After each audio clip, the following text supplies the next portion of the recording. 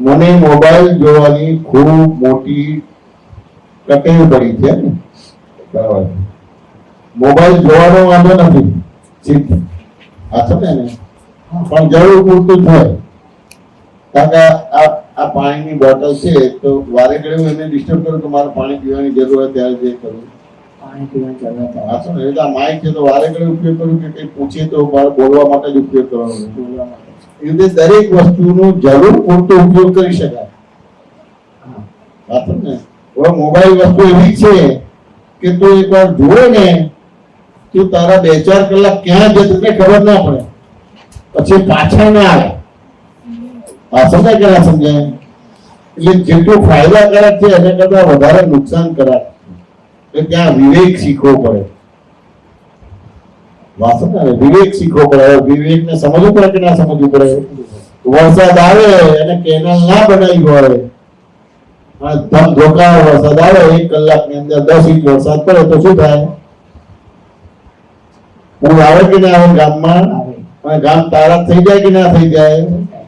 હવે વરસાદ આવે અને કેનાલ બનાવેલી હોય તો પૂર ના આવે. શું કહે છે? પૂર ના આવે. તો કે પૂર ના આવે કારણ કે ચેનલાઇઝ થયો છે. એ રીતે તું ચેનલાઇઝ થાય. વાત સમજાય કે ના સમજાય? ચેનલાઇઝ થાય અને પછી તું મોબાઈલનો ઉપયોગ કરે તો તને હિત કરતા હતા, પણ તું ચેનલાઇઝ નથી થયો. વાત સમજાય ને?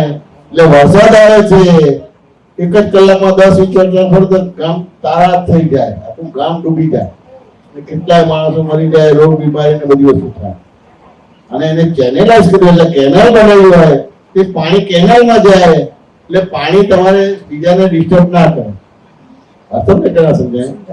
એવી રીતે જેમાં કેનાલ બનાવે છે એવી રીતે તારે પણ ચેનલાઇઝ થવું પડશે.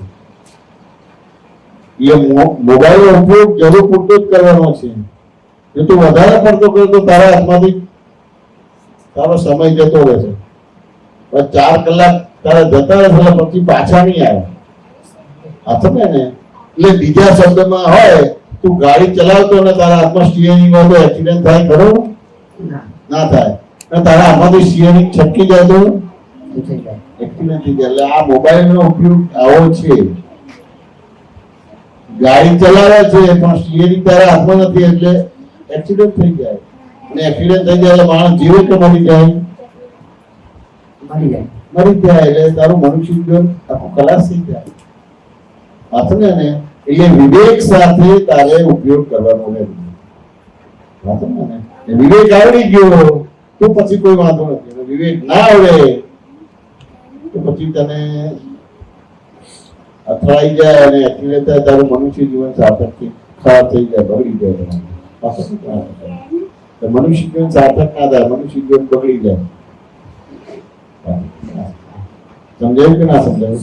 સમાધાન થયું કે ના થયું? મને ટીવી જોવાની ટેવ છે. મોબાઈલ જેવું જ છે. દરેક વસ્તુનો સમય નક્કી કરવાનો ભાગ.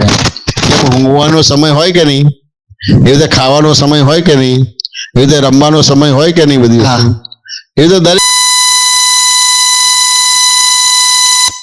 અડધો કલાક કે પોણો કલાક આપણે જોવાનો ભાગ. કારણ કે દુનિયાથી જોડાયેલા રહેવાનું.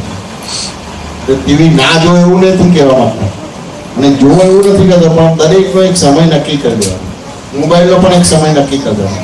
જો આપણું નક્કી કરીશ ને તો તારું જીવન સાર્થક થઈ જશે. બરાબર છે?